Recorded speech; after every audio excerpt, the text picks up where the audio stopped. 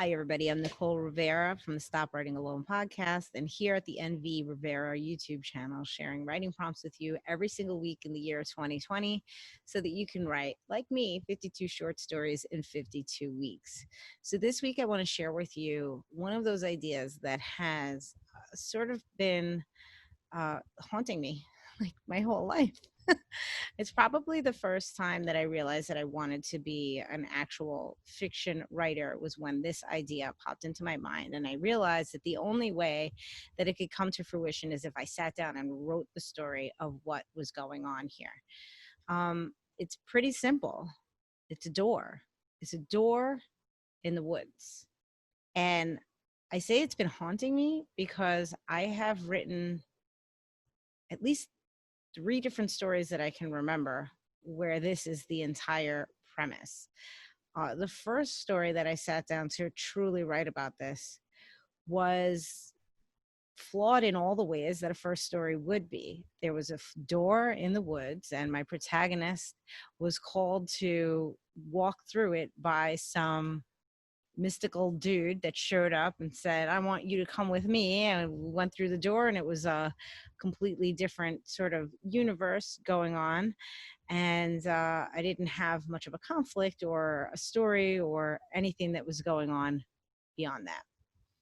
The second time I took a stab at the story, and it probably wasn't the second time, it probably was like the 33rd time, but the second time that I truly remember, there was a little girl who was doing all sorts of adventures in the woods, and she stumbled upon this door, and I don't remember what happened. I just remember the beginning of that story, but I do remember that beyond the door was something for her mom. No idea. The third attempt at the story was a woman who had just dealt with a lot of loss, and she was immersed in the grief over losing her family.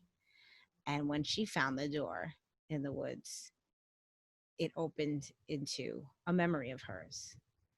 Not just thinking about it, she was able to step in and relive it.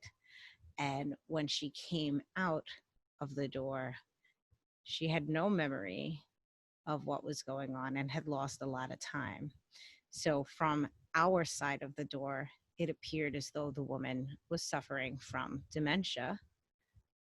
And she would go through these bouts of very long lost time and dementia and not know um, what had happened. And she started to see doctors about this. And then she would remember something about going to the woods, and she would go back into the woods and go back in the door and have another memory.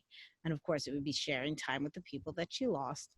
And she was faced with a choice, because when she was inside the door, she knew what was happening.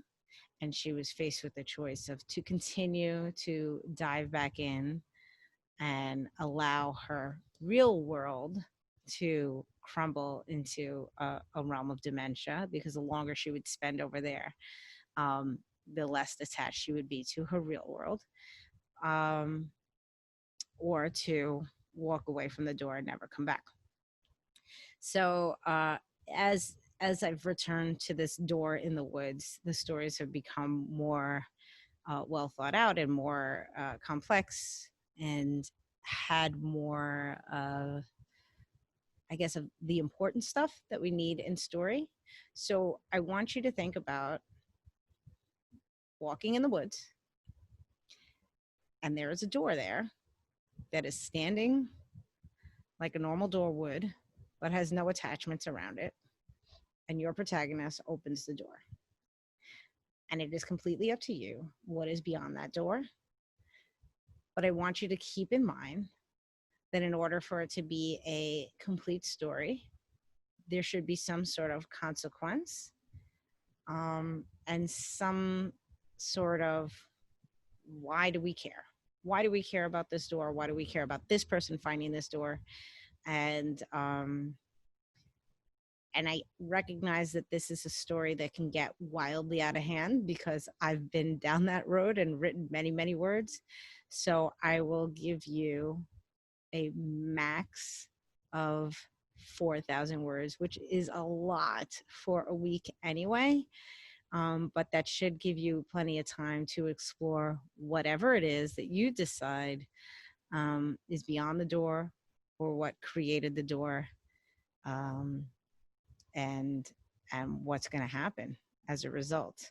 Is it your protagonist going in? Is it something else coming out? Has the door always been there? Is it just appearing? Who put it there? Is it magic? Is it science? Is it nature? I don't know. I don't know. I just know that the door is always there. And in my mind, it's almost always in exactly the same spot as I walk through the woods. There is a door and something's happening there.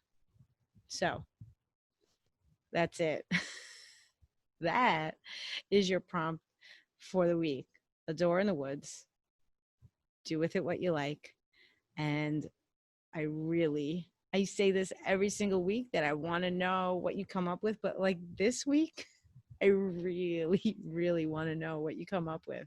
I need to know the stories about the door in the woods. And I know that my friends from the Staten Island writing group, that if they are watching this video, they're going to say, the door, of course it's there. Okay, so as you can see, I'm still in Florida. Hopefully the audio is a little bit better today, but the podcast is still going. And so if you want to listen here on YouTube to Stop Writing Alone, comes out every single Thursday morning. But that's it. Thursday morning is the podcast. Friday afternoon, I'm here with writing prompts every single week. And you can typically find me over at Stop Writing Alone on Instagram, and the Facebook group, Stop Writing Alone with Nicole Rivera. However, I am participating in an Artist Way reading group, and this week is reading deprivation week and media deprivation week. So if I am not responding quickly to any DMs or messages that you're sending me, that is why. I should be wrapping up with my reading and media deprivation by next Wednesday. So if I haven't responded to you by the time you see me again next week, then there's something going on. But otherwise, I hope to chat with you out on the interwebs, and I can't wait to see your stories down in the comments. Have a great week. Happy writing. Tell me what happens through your door in the woods. I can't wait.